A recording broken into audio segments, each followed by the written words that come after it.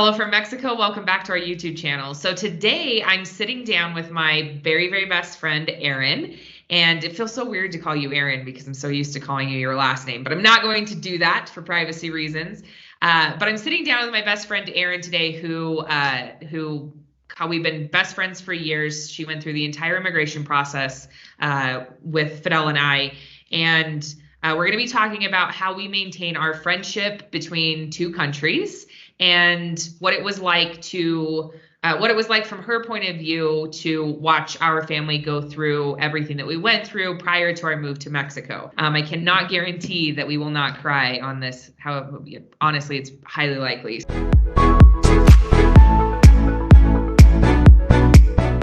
So welcome, Erin. Thanks for... I got my tissue ready. Perfect. For delicate dabbing. Delicate dabbing. All right. So, Erin, first and foremost, thanks for doing this. Of course, we've talked about doing this for a really long time, and I think our schedules, we just haven't, scheduling wise, just meshed it up, right?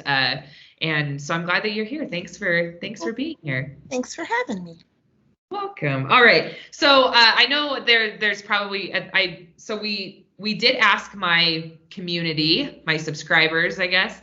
We did ask them to give us some questions. You actually went through and chose some questions out of it, which I think you chose some really great ones. So we are going to answer those questions, put those up on the screen for everyone. But before we do that, let's talk about our background, how we became friends, and how long we've been friends for, and things like that. Do you want to tell the story, or? Yeah, sure. So I met you you applied for a job at a place I was working, and I happened to do your first interview. And it was just kind of like the stars aligned, and like we've talked about it since then, and it was like we just already knew, like from the minute we met each other, that we were going to be friends. I don't think we knew that we were going to be best friends, but I think we recognized in each other a sort of a soul sister from the beginning. Yeah, absolutely. I completely agree. It's crazy because I know you and I have talked about it, and you know, I honestly tell everybody that I can about it, but I vividly remember the first time that I met you. I remember walking up to you and shaking your hand. It's so crazy to me because when I think about it, I can remember exactly how your eyeshadow looked and your makeup. I remember the outfit that you were wearing. I remember how your perfume smelled, right? That euphoria. And I remember the necklace that you were wearing, which was the bow. And you gave me that necklace, and I still have that necklace. I love that necklace. I'll never let anything out. I will go to my deathbed with that necklace. But I vividly remember that moment. And every time I reflect on it, I think that I vividly remember it because it was a very significant moment in my life. That's how I feel about all of the significant moments in my life, that I have vivid memories of them and can recant them because they're so significant, because they have so much meaning. And so that's kind of how I knew that, or I guess not how I knew, but how I'm reassured of our friendship is because and remember that moment so vividly, that was a very critical moment in my life. Well, and it's been effortless. Like, you and I don't argue. We are on the same page, and not that is like the definition of a good friendship, but I think it just goes to show that, like, we met each other at a time when, like, we were the most compatible, like life experiences, like things that we have in common, stuff like that. It's cool when you can recognize, or when you have the opportunity to recognize that something special is happening. Absolutely. And I think that's, sorry, my cat was clawing my leg. Okay. We knew one of the cats would make an appearance, right? We talked about this. So that's fine. Hi, Chuck. Is it Chuck? No, it was Ember. Oh, okay, well, I expected it to be Chuck. I was too.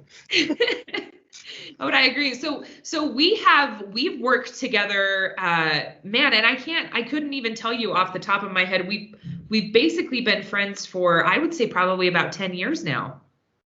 Yeah. A total of 10 years. Yeah. Yeah. So it's been a really long time. And we've worked I was thinking about this earlier too. We've actually worked at 3 of the same companies together. I literally after you interviewed me at that first company, I followed you to 2 other companies. Yeah.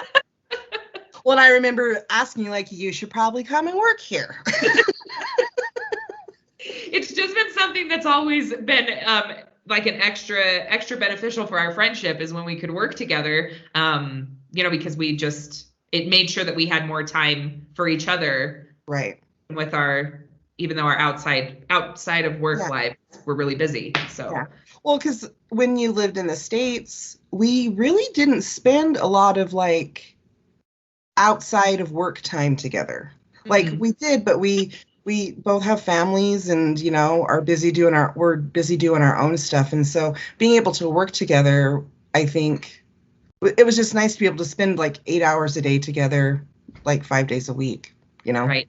Yeah, absolutely. Absolutely. Yeah. So we'll segue into, what we went through with immigration. And you were there, honestly, almost every single moment of that entire ordeal when we were going through it, not just for me, but for Diego and also for Fidel. So we were working at the same company. This is what I remember from the day. I kind of want to talk about the day that Fidel was detained by immigration, right? So I do remember being at that last company that we both worked for, and I was fairly new there. I think maybe I had been there for maybe a month at that point. Yeah.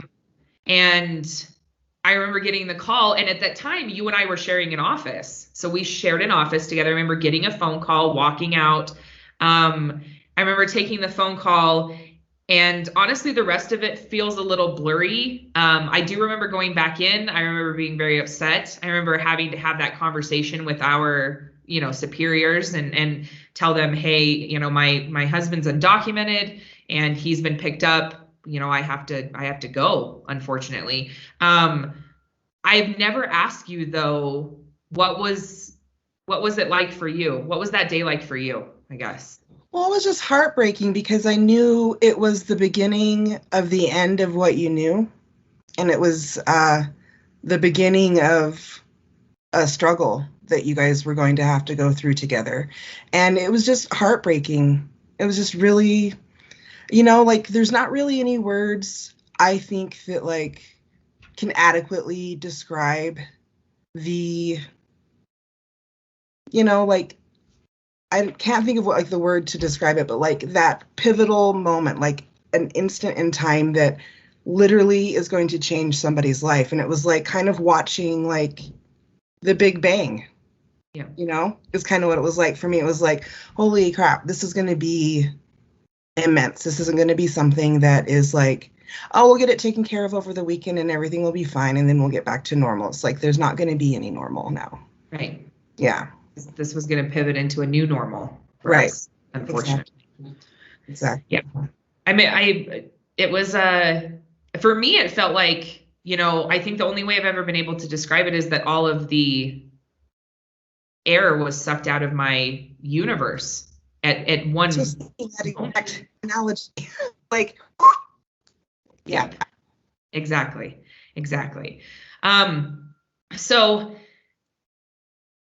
let's get into questions from people, because I know they're going to ask, but I do want to state something that I think a lot of people are going to ask is, I think a lot of people are curious or going to be curious if you had knowledge of Fidel's status prior to all of this happening. And from what I remember, I think that, it was something that we discussed very early on in our friendship. Yeah. I always knew, like pretty much like as soon as we started a friendship that wasn't based on work, as soon as we started kind of getting to know each other and stuff, it was probably one of the first things that you mentioned. And to be honest, he's the first person I've ever known, and you guys are the first family I've ever known to be dealing with an undocumented, person situation. And so it was a real like learning curve for me because like I didn't know anything about it because it wasn't anything that was like on my radar. Of course, Right. other than like watching the news and, you know, hearing like the heartbreaking stories of strangers, but Right. it didn't change the way I felt about it. It just made it more real. Like it's not my opinion now, it's my truth. Like this is what I know to be true. Like it's not an opinion that I've you know, collected and like put together while watching the news. It's like, no, this is like real stuff. Real. Yeah. It's a real life experience now. Yeah. It's not a news clip. It's not a SNL funny moment on, you know, the news thing. Like it affects people's lives. And sometimes negatively and sometimes it can be positive, but it's not easy no matter what the outcome is. Never. Never, never. All right. So I want to get into these questions that you pulled because I really do think that you pulled some really good ones. And I do have them on my phone. I'm going to put them on the screen so that everybody can see these questions. And I definitely want to thank everyone for putting questions in the post for me to ask Erin. I do want to start with one though. Andrew Garcia asked, "Is she single?" Well, I appreciate the thought. I am not single. I'm very happily married and yeah, but you know, whatever. Erin, if you ever see this, just know we brought it up first thing and it took care of it. No. He's not worried. I know. All right, let me get over to the other questions that you pulled. So, Moonchild55 said, the saying friendship can be had even from afar. Is this true? If it is, how do you maintain that friendship? Do you pick up where you left off when you speak to each other? Or was there any animosity or hurt feelings to work through?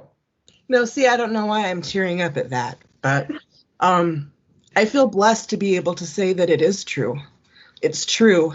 It takes some effort. Sometimes it doesn't take much effort, but sometimes it does because life gets busy. But what you and I did was we continued our same routine.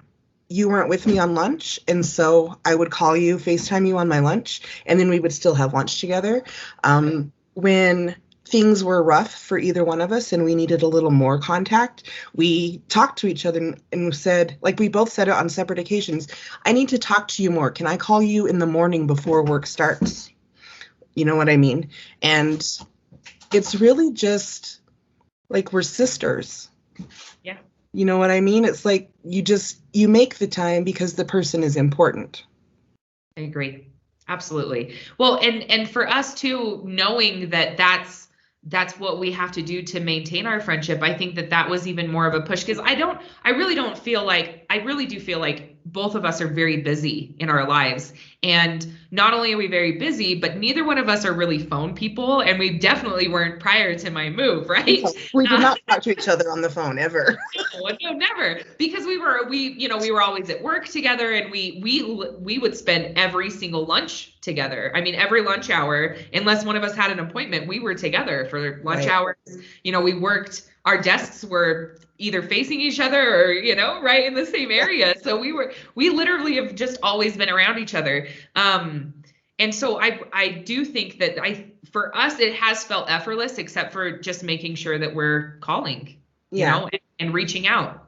Yeah. So. Well, and you and I have also discussed, like, sometimes like we're in the mindset of like, let's keep the friendship going and like, let's stay connected and stuff. But sometimes that would look like me calling you and saying, I'm not in the mood to talk right now.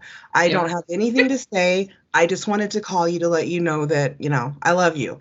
And then like, there's not a lot of pressure to have our friendship look a certain way. Like we don't have an idea of like, this is what our friendship is. And if it isn't this, then it's not anything. It's giving each other space to just give each other space and like, hey, like I'm always here. If now's not a good time, then we can call back later. Sometimes we call each other 5 times a day because we only have like 5 minutes at a time to speak to each other.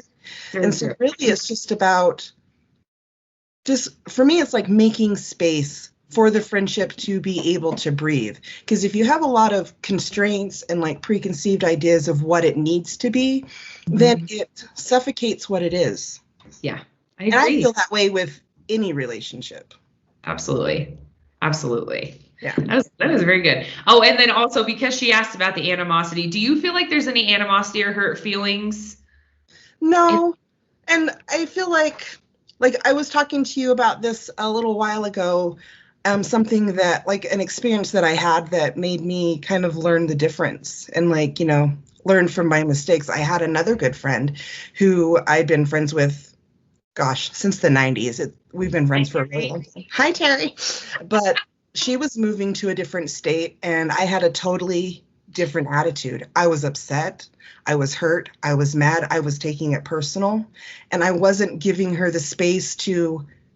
I wasn't giving her the space when she was telling me this is what I need for my life, and this is something that I need to do, and I wasn't supportive, and I have felt bad about it ever since. Like, it was a terrible thing to do for her because moving is traumatizing and stressful and stuff. And I just, having had that experience of like not reacting well to a friend having to make a big life decision, I think made me react differently to yours. Like, I have already learned that lesson of like, okay, well, it isn't about me and like what I want or need or feel like I want and need.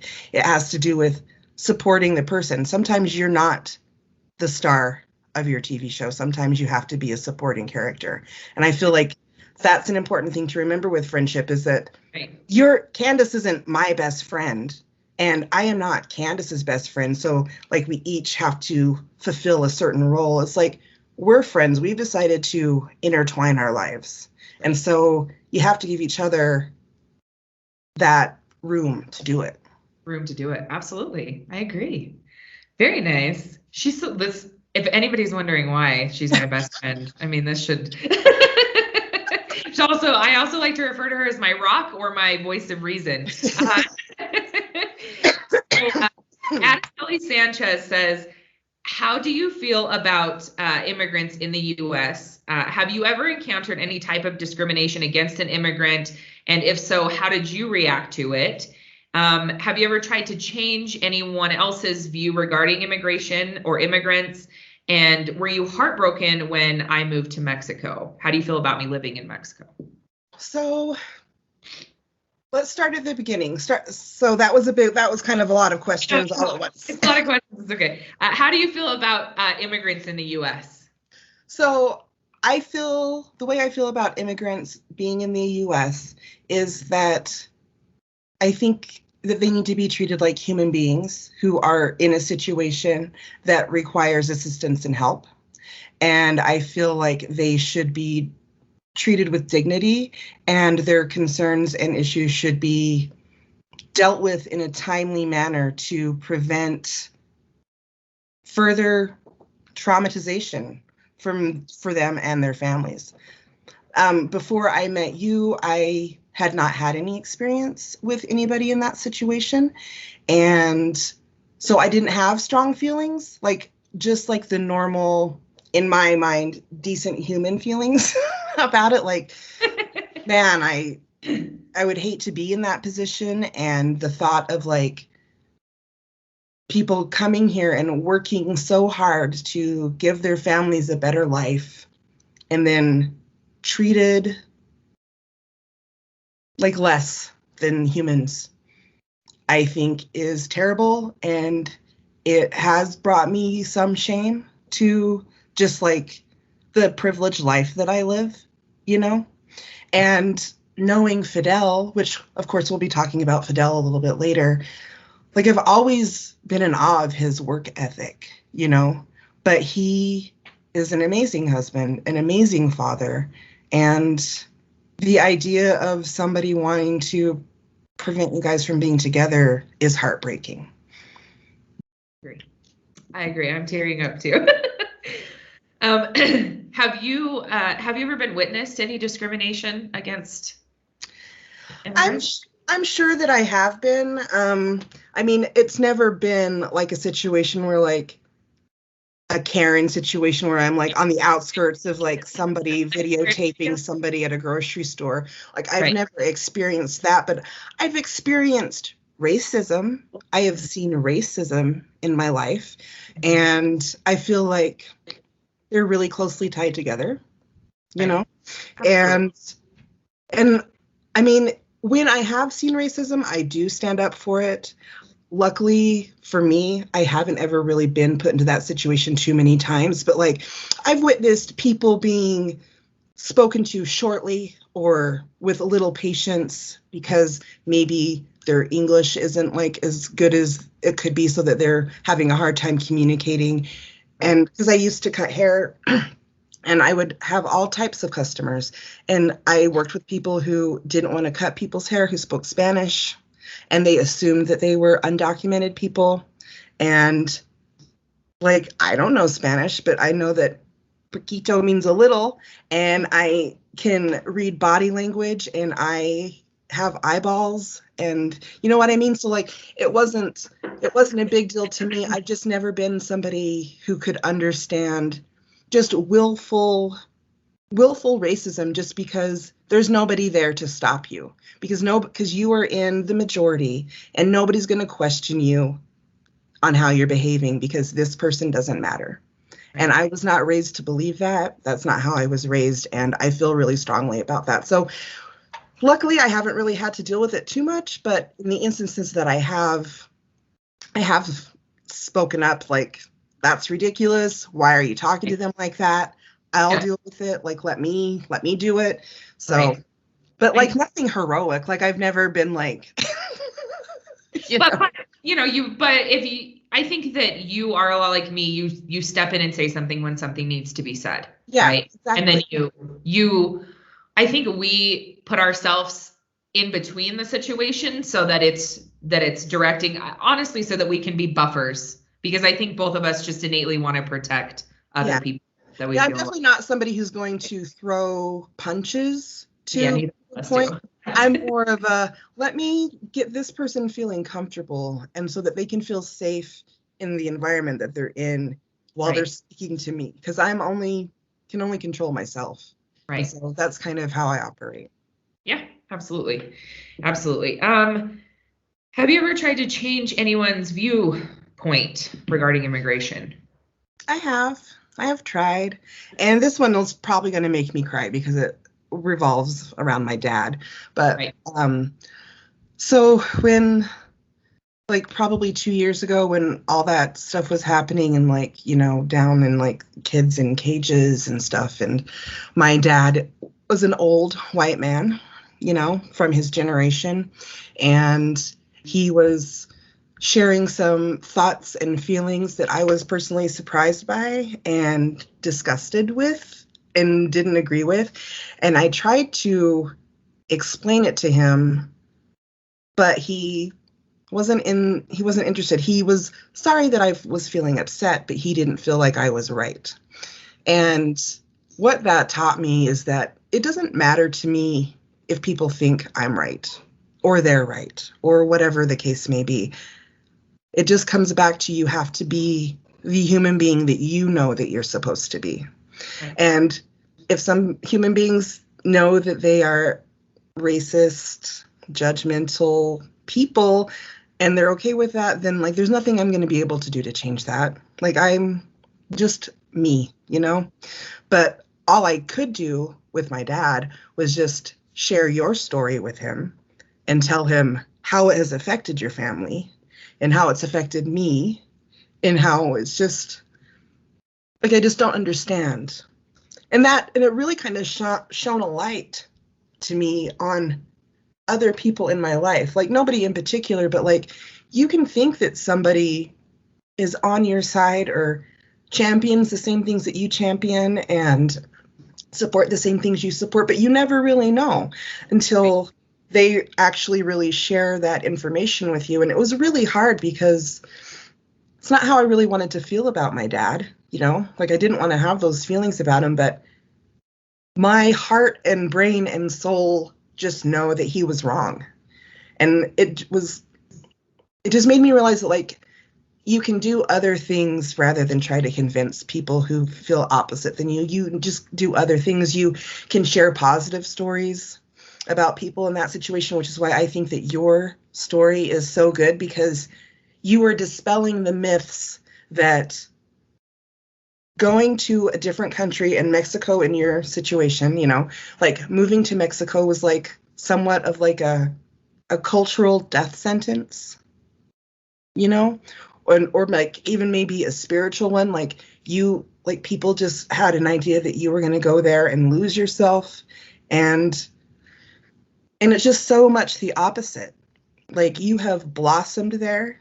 Your family has become stronger there, in my opinion, and you're just able to show that you can have a beautiful life because you choose to have a beautiful life. It doesn't matter where you're at. Right. It matters who you're with. I agree. And I'm crying, of course. So you wrapped up the last two parts of that question. So thank you, Adeseli, for that question, and Moonchild and Alex before.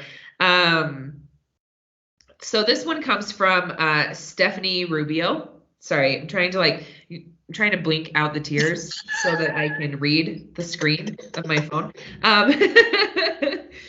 Was it hard for her to accept that you chose to leave the country to keep your family together? No. And again, because of my previous answers, I'm sure that people will understand why my answer is no on that one. I remember that when it was first starting, you were wondering if you could do it, if you were physically and mentally able to do it. And the friend in me was like, yeah, don't do it. You should stay here. But once it became like, well, this is what's happening, it was more me convincing you to go. Yeah. And it's crazy because I don't recall at any point you telling me, don't do this, don't go. No. There was never a point in that. You were very, very much a voice of reason, a way for me to center all of my thoughts, because I know I told you this a lot going through it, but it constantly felt like there were so many things going on inside my brain and so many decisions that I was facing and questions that I had, and I never really felt like I could grasp a thought. So when you and I would have lunch together, we would sit in our car and eat lunch. Shout out to Neaters, by the way, because we would always eat Neaters. If anybody wants to sponsor Neaters, no, just kidding. But really, so we would sit in one of our cars and have lunch. And for me, that was my point in the day when I could sit down, sort through thoughts, have somebody there that could talk to me about it and say, okay, well, let's tackle this one and let's talk about this one. And I could, I remember being able to just tell you how I felt, what I was thinking. I didn't have to feel like I was censoring anything or dancing around any feelings. It really was just, you really were like you were my rock. You were my grounding point. When it felt like everything, it was chaos all the time. So trying not to do that. So that's your voice goes all the way up here and then you have to bring it back down. I'm like, anyway. At least you thought ahead and have a tissue. I didn't bring a tissue. Use your sleeve. Yeah, I know. Oh man. But that's honestly what I remember, because that's and I think I knew that from a friendship point, you were feeling all of these things. That's normal. That's human, I knew that part of you was like, don't go, don't do this. Don't leave me, because I know I was feeling the same way. Like, if I were in your shoes, I would feel the same way. A part of me would be like, please don't go, stay, don't go, stay with me forever. We're all little kids in the heart, and like, your best friend is your best friend and you want to play with them every single day. You don't want them to move away from you. Exactly. So Stephanie, thank you. I think that was a really good question. She got some real tears out of here. Let's see. Jonathan Z says, hello from New Jersey. I have a question. How did she feel finding out her best friend and family was moving to Mexico? I felt like you were going to need a lot of help and you were going to need a lot of support. And I just, I had made the decision that whatever you needed from me, I was going to say yes, whether it was inconvenient for me or something that I wanted to do, or because you and I have always been really honest with each other. Like we're always, yeah, I'm not up for that. That sounds stupid. Or like, I don't want to do that. I don't want to do that. But so, because like, of course, these people don't know me, but like, I mean, I don't not like kids, but I don't have children and I don't have much experience with children. But I knew that the first thing I was going to need to do was to help you with Diego. Watch him when he needed to be watched. Have him come and hang out when you were doing like, document stuff like downtown or whatever. And so, and of course, like, I don't want people to think that I didn't want to do that, but it's kind of scary as a person who doesn't have kids to be responsible for somebody else's child.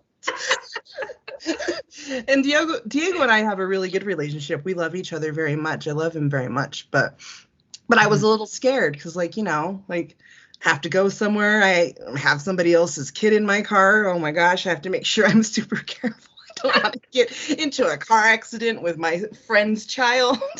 Like, so, those kinds of dumb things that I was worried about, because I just wanted to make it so that you didn't have anything else to worry about. I just wanted you to be as safe and comfortable as possible and just know that anything that you needed to ask me to do, the answer was already going to be a presumed yes. Like, I'm going to ask Erin to do this, but I'm not going to have to worry about if she can. Right. And so really that's, to me, that is a friend's job, is as much as it's doable, is just to be like, a friend isn't somebody that you just like have stuff in common with and like to kill like your downtime with. And right. I think especially like you and I feel the same way. It's you have invited somebody into your family and your responsibility is to treat them like family. Yes. And that's the thing.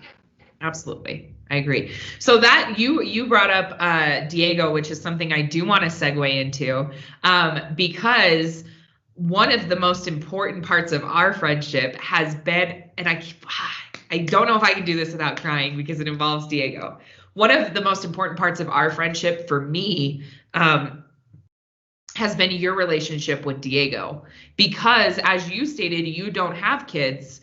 And so, not having kids and you not being like, quote unquote, I'll babysit for you, whatever. It's like that, right? It's not been a thing, which is fine. Yeah. But it's just never been a thing. But I do remember that there have obviously been times where you have watched Diego and you've spent time with Diego.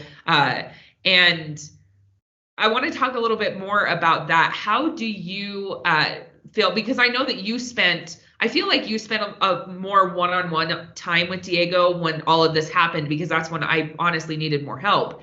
How do you feel about you and Diego's relationship, and what was your perspective on him going through it, going through everything that we went through?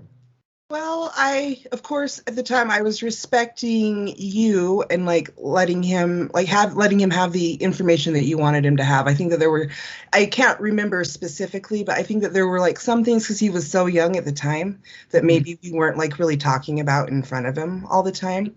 And so really, I just wanted his time with me to kind of be carefree and just kind of like a little respite from the obvious stress that was going on at the house.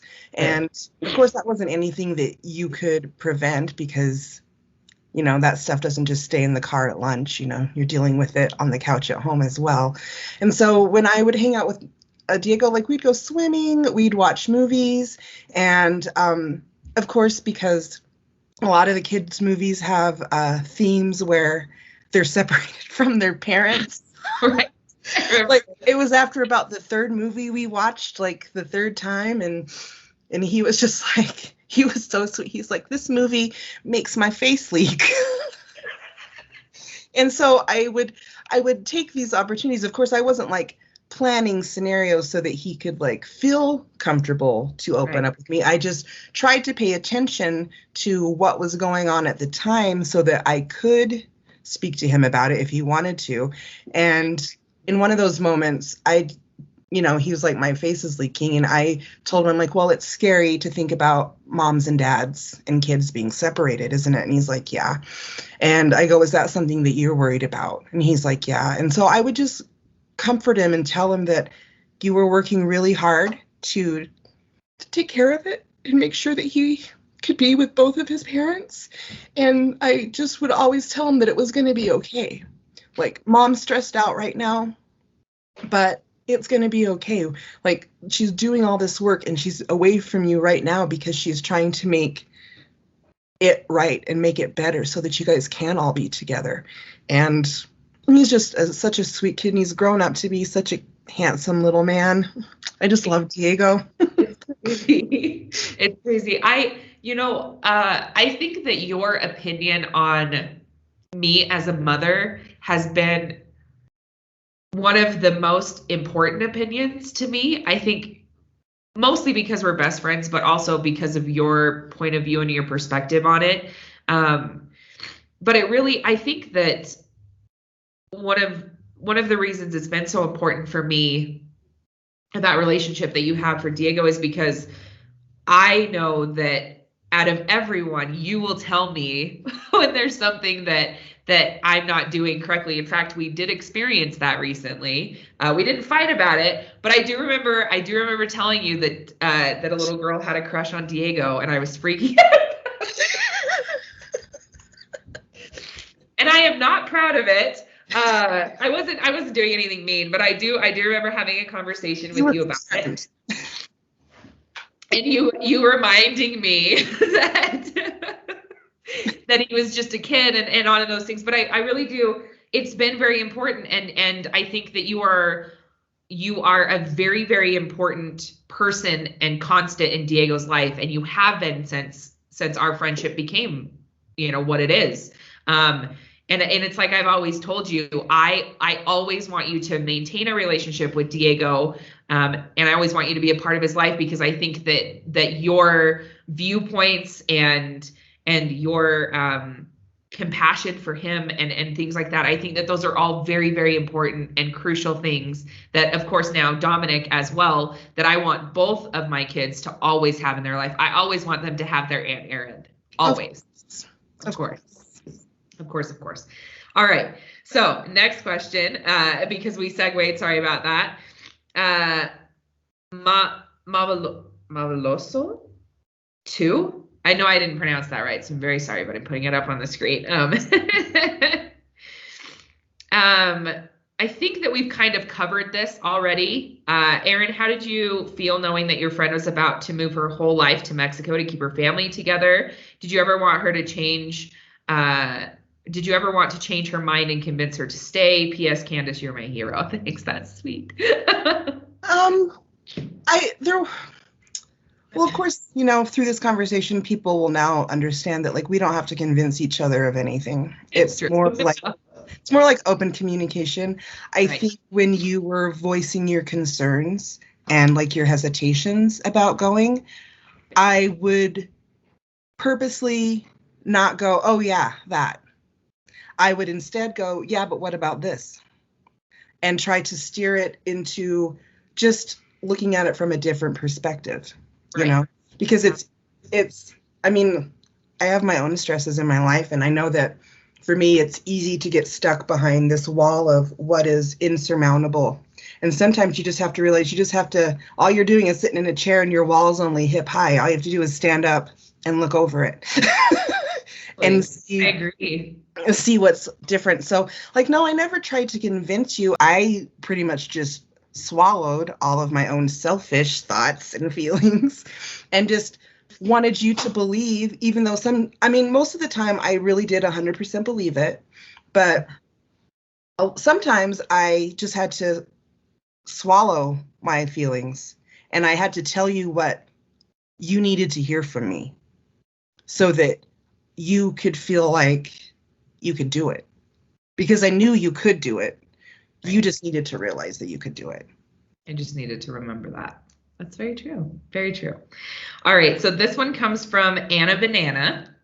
And she says, hello from Dallas, Texas. My question is, what would she have done if she were in your shoes and it was her situation? Would she have followed her loved one to keep her family together? Why or why not? Thank you and have a good day. Yeah.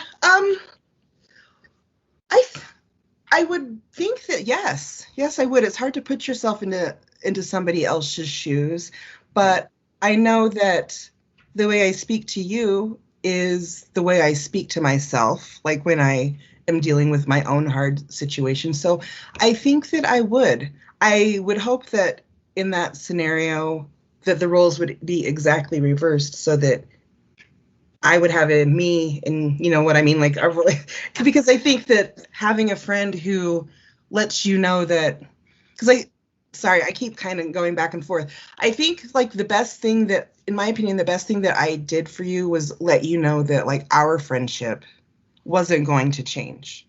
Yeah. And so putting in that effort to making early morning phone calls. For a while there, we were calling each other like 3 times a day.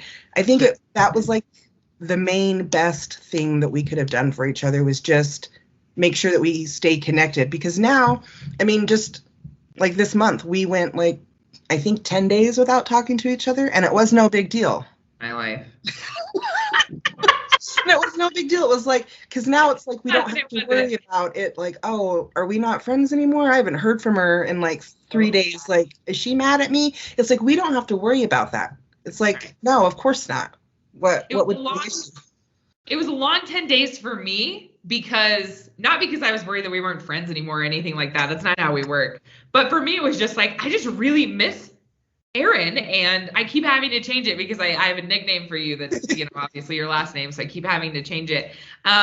But for me, it was just, I miss Erin. Like, I can't not talk to Erin. What's happening? So that's what I meant by, for me, it was the longest 10 days of my life. It really did feel like a long 10 days. Pretty long. Well, and the reason is because like I have to go to bed really early because I have to get up early for work. Mm-hmm. And by the time I'm ready for bed is when you're like, kind of coming down from like your day and like doing your relaxing before bed. And so it was just hectic. Yeah, it has. So our timing hasn't always been perfect. Right. Our timing hasn't always been perfect, but we find a way to make it work. Right. Let's see. I'm trying to go through these because I know a lot of them are asking a lot of the same things. Oh, Lucy has a good question. How has your BFF been feeling without you physically around? What were her thoughts regarding immigration before having someone? You've already covered that, so we'll skip that part.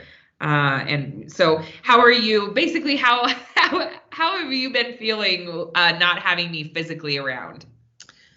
It's really hard sometimes, because like there's little things in the day that like, like aren't important enough for a phone call. Mm-hmm. But it's like, it's more like, I wish I could share this with Candace. I wish I could experience this with Candace. Okay. And that's the part that is hard. And be honest, you're a hugger. I am a hugger. Not as much of a hugger. I will hug you and my children and my husband, my mother. Really beyond that, though, I'm not really a hugger. I just never have been. Yeah, so it's hard to not be physically close to each other, but I think that maintaining our mental closeness and like our spiritual closeness, I think makes the physical absence kind of a moot point, in my opinion. It's like, yeah, it would be nice in some cases, but there's nothing I can't share with you any day that I want to. Right. So you kind of just have to get out of that mindset of this doesn't look like what I'm used to, and this doesn't look like what I wanted, and so it's not worthy of my time. Right. Instead, this has now evolved into a friendship that I know if the continent was split by some kind of crazy thing, and like we were all the way over here, and like we would like send, letters, or like we'd find a way for sure. Yeah, we would find a way. We would find a way. Absolutely. Absolutely. All right. So the next question is in Spanish. So I did go through the Spanish ones as well, just, but Erin is not fluent in Spanish, right? You're not fluent in Spanish. You know, a little bit. -1 fluent in Spanish. A little bit. You don't you're like Fidel. You don't give yourself enough credit for what you do know. But so I did pull this one because I do want to segue into, your relationship and friendship with Fidel. C. Carrillo says, and I'm going to read it in Spanish. I'll tell you what it means. ¿Cuál fue tu primera reacción al saber que tu amiga tiene novio mexicano? So what was your first reaction when you found out that your friend, me, had a Mexican boyfriend, husband, spouse? Yeah. Jealous. Sorry, Jared. No, to be honest, it was such a non-issue that I don't think I had a thought about it. He's a person that my best friend loves. And so obviously he has amazing qualities that I'm going to be into getting to know. Right. That's pretty much it. Like, it wasn't like, ooh, now I have to reevaluate what this friendship means to me. It was just like, okay, that's your story. Right. That's your story, and I want to know what it is. Right. Absolutely. Yeah. So let's talk about you and Fidel's relationship dynamic, friendship, because I can absolutely, I want to give you kind of my perspective of it, and then I want you to tell everyone your perspective. So Fidel is and always has been very, very respectful of the people around him, and he has, I feel like, always valued you as somebody very special and very important because of our relationship, because he knows how much you mean to me. I think in turn that has given him a love and respect for you. Absolutely. And Fidel really is the type of person who, when you're in your family. And so I feel like Fidel definitely 100% now is, or, basically from the beginning of our friendship has just decided, Erin's family. She's family. That's all there is to it. I take care of her like I do everyone else in my family.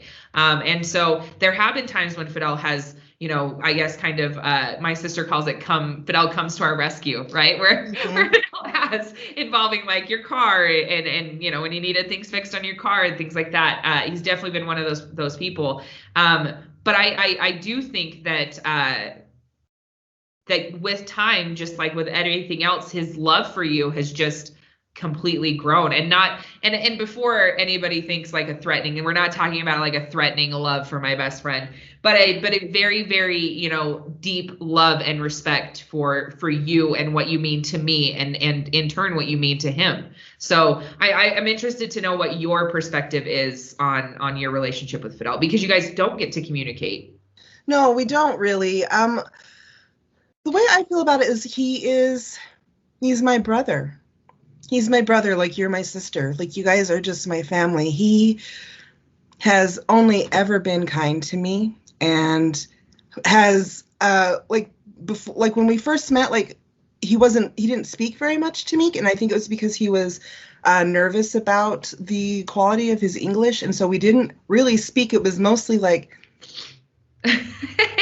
doing whatever, and like you would like say what I was saying, and like you would translate and stuff, and just getting to know him. Like, I didn't let our language barrier stop me from being present in his presence.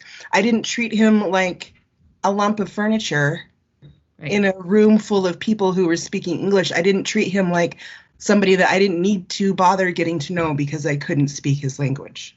Right. And even though it doesn't make any sense to me, and I don't know how to explain it, I understand what you guys say to each other when I overhear it. Even though I don't speak Spanish, I feel like I know I can pick up enough, and like through tone, and I feel like that's how he and I communicate right now is like we Right. can talk to each other and he speaks Spanish and like if I get it and I can reply and sometimes I don't and you're like, oh well this is what he said Right. and I still reply. So like it's like any other friendship. He's literally one of the most amazing men I've ever met in my life. His capacity for love and commitment is unsurpassed in anybody that I've ever met. And I just know that because of the things that he has done for me, and he just treats me like if I need something, he treats me the way he would if it was you that needed something. Like if I need help, he's just like, yeah, whatever you need, we'll get it taken care of. And I didn't expect, to be perfectly honest, and I don't think that I've ever really shared this with you. I didn't really expect to have much of a relationship with Fidel. Like always respecting him as your husband and the father of your kids, of course, like, but I never really expected to like have jokes and like laugh and that kind of stuff. And I just feel like knowing you, through knowing you, like my life is just more and more blessed with every day that goes by that you guys are in my life. And I wouldn't change it for anything. And I would double dog dare anybody to say anything to me about like disparaging against Fidel as a husband, as a father, as a man, as a person who is fighting to keep his family together and doing what he can to support his family. Like there's nothing that is going to ever make me feel negatively towards him. He's just amazing. He's amazing. And you guys just go together because you both have that inner feeling of like, the world isn't going to get me down. I'm just going to have to prove to the world that I can do it with or without its consent or compassion. Right. Absolutely. You never said that. That really made me cry. Sorry.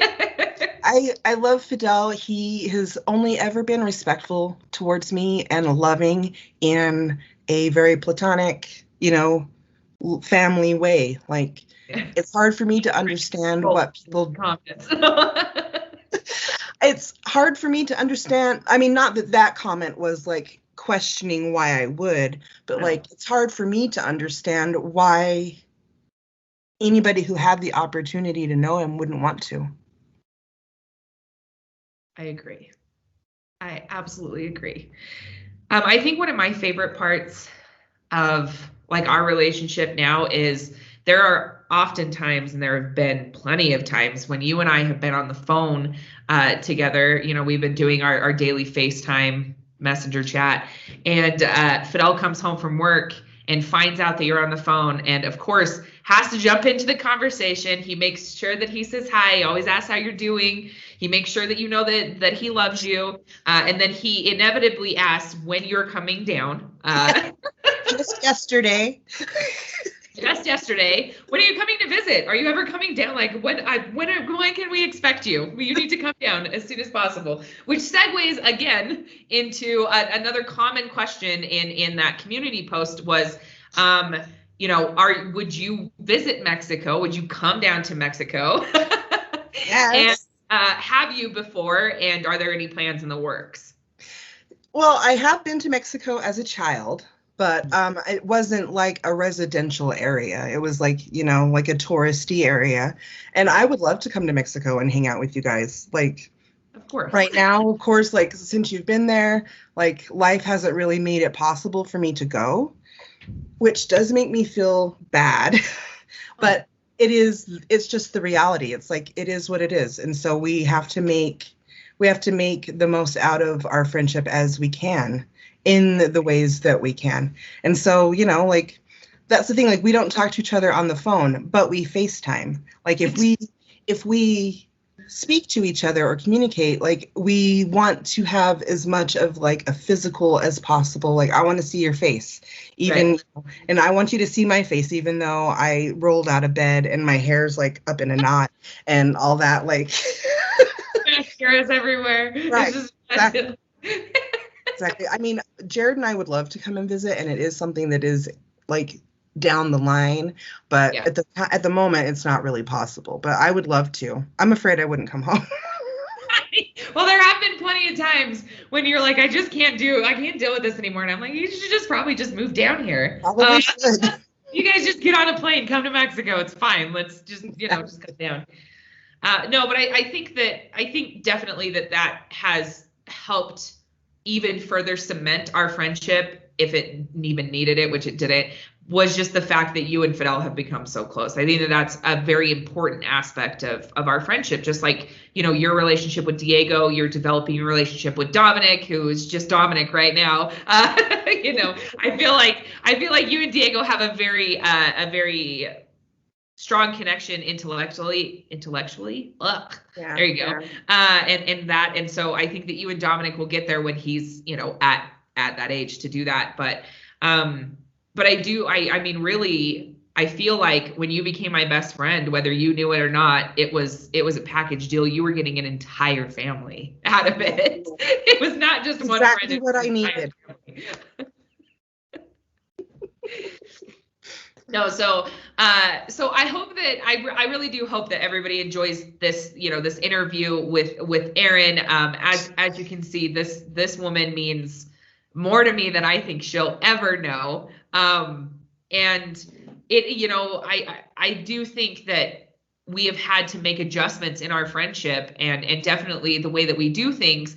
But I think that we've been able to successfully navigate, having this friendship long distance. And I don't know what me or Diego or Fidel would have done without you when we were going through all of this. I honestly don't think I could have survived it without you. You were a very, very crucial part, whether I've told you enough or not. You were a very crucial part of me making it through that without breaking into a million pieces. So is there anything else that you want to add to this before we wrap it up? Well, you're just an amazing woman. You deserve all the good things that are coming your way. And I'm just so proud of what you have been able to accomplish since you've been there. And, with your YouTube and your TikTok audience, it just made, I wish we could have known that support was down the road for you when it was happening, because it was really hard and you felt really alone. And I'm just so grateful for all these people that love you and are supporting you from all over. And you deserve it. You deserve it. And you give out so much positivity and you're just such an amazing person, Candace. You deserve it. And your family is beautiful. And you guys just deserve all the happiness in the world. And I'm glad you're living in Mexico. And I'm glad you guys are all together. Well, thank you for making me cry and like snot bubble and stuff. No big deal. Welcome. I'm never doing this again without tissues and stuff. Anyway, no, you're absolutely incredible. And seriously, I do want to say thank you to everybody that, ask questions. If you guys want us to do more of these conversations, Erin and I have been talking about, I almost flipped there. You see that? Erin and I have been talking about, trying to do a live together and that so that, you guys can ask questions in real time and that. If that's something that you're interested in, definitely let us know. But again, thank you for being here. For those of you watching, if you like what you're watching, please make sure to, hit that thumbs up button, subscribe to our channel, and above all, thank you for following our family and learning about our life in Mexico. So thank you, Erin. I love you so much, and I can't wait to call you tomorrow or later, actually. So. All right. Thanks, guys. Bye. Bye.